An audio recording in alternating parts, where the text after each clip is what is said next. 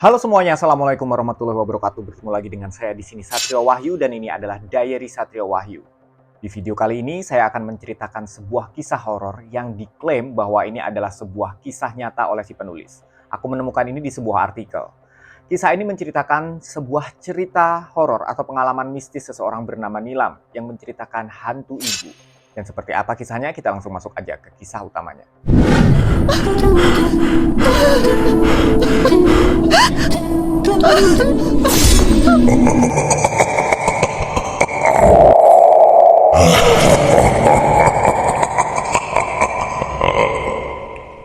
Kalian pernah dengar nggak sih, kalau sebenarnya di tengah-tengah masyarakat kita itu ada sebuah kepercayaan bahwa arwah seseorang wanita yang meninggal dalam kondisi yang sedang melahirkan itu memiliki energi yang lebih besar daripada arwah-arwah yang lain. Dia bisa menampakkan diri, bahkan bisa menjumpai keluarga yang sedang berduka. Ini adalah sebuah kisah yang datang dari Nilam, yang saat itu masih bersekolah di bangku kelas 2 SMA di daerah Depok. Dan Nilam ini adalah anak kedua dari 3 bersaudara yang semuanya perempuan. Dan dikarenakan Nilam dan saudara-saudaranya ini perempuan, kedua orang tuanya sangat mendambakan seorang anak laki-laki. Itulah sebabnya di tahun 2000 silam, ibunya yang sudah tidak muda lagi hamil. Hari itu Nilam pulang sekolah, didapatinya rumah sepi. Nah ternyata nih, kata ART, mbak-mbak yang jaga rumah lah ya, dia bilang ibunya Nilam itu sudah ke bidan sejak jam 11 siang tadi.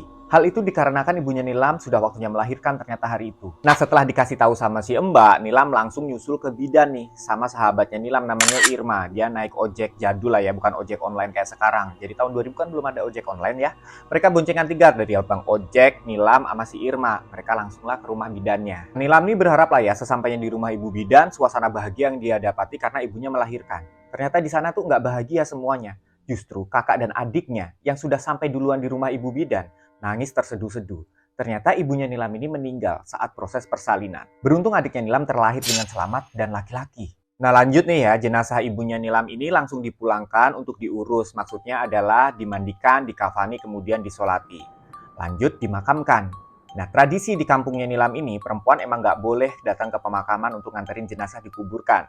Perempuannya menyiapkan sajian untuk malamnya nanti pengajian, sementara para laki-laki mengurus jenazahnya sampai dimakamkan. Jadi maksudnya di sini cuma laki-laki aja yang boleh nguburin jenazah. Nah, hari itu si Irma itu izin nih ke orang tuanya, dia mau nemenin Nilam karena Nilam lagi berduka. Mereka berdua ini memang sudah sahabatan lama, jadi dia merasa harus menemani temannya yang sedang berduka kehilangan ibunya. Sampai akhirnya pada malam hari pengajian dimulai selepas Isya sampai jam 9 malam. Nah entah kenapa malam harinya selepas pengajian, adiknya Nilam yang baru lahir tuh namanya Farhan ya, itu tuh rewel banget. Sampai-sampai ayahnya Nilam itu membuatkan ayunan dari batik gendongan. Nah, sementara waktu si Farhan gak rewel lagi. Jadi setelah ibunya Nilam ini meninggal, dimaksudkan Farhan akan dirawat oleh tantenya Nilam, adik dari ibunya. Lanjut lagi nih, setelah pengajian kan banyak tuh piring-piring kotor, gelas-gelas kotor, tapi didiemin aja di dapur karena semua masih pada capek lah. Mungkin mereka berpikirnya bakal dicuci besok paginya aja. Sampai akhirnya, sekitar jam setengah 12 malam, Farhan kecil ini nangis kejer lagi. Dia apa-apain tetap nangis kejer, rewel dia. Di ayun-ayun gak diem, digendong pun tetap nangis. Semuanya pada bingung nih. Di saat yang sama, tiba-tiba dari arah dapur terdengar ada seseorang yang sedang mencuci piring. Keluarga langsung lihat-lihatan karena mereka yakin bahwa seluruh anggota keluarga itu nggak ada yang sedang ada di dapur. Tetapi mereka semua lagi berkumpul di ruang tengah, di tempat yang tadi buat pengajian tuh. Nah karena penasaran, akhirnya tantenya Nilam nih ngintip dari jendela dapur. Ada siapa yang sedang mencuci piring sepertinya. Dan setelah ngintip ke arah dapur, tantenya Nilam itu kaget, langsung istighfar, astagfirullahalazim. Nah mendengar tantenya Nilam yang kaget, ayahnya penasaran. Nah karena penasaran juga, ayahnya ikutan ngintip tuh ke arah dapur. Dan di sana mereka berdua ini mendapati sosok ibunya Nilam yang sedang mencuci piring.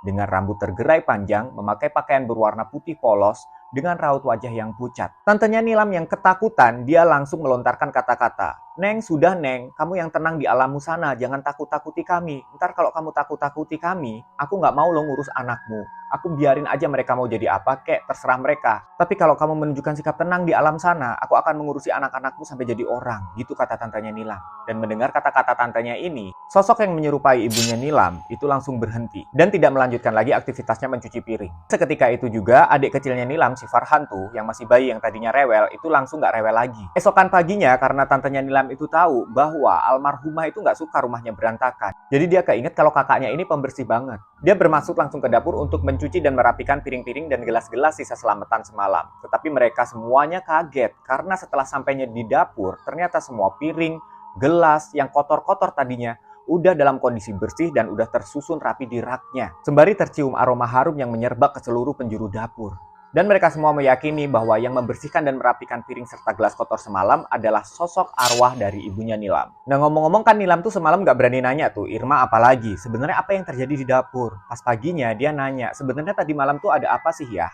Dan ayahnya pun menjawab, tadi malam tante sama ayah itu melihat ada sosok ibumu yang sedang membersihkan piring. Makanya tante teriak-teriak seperti itu.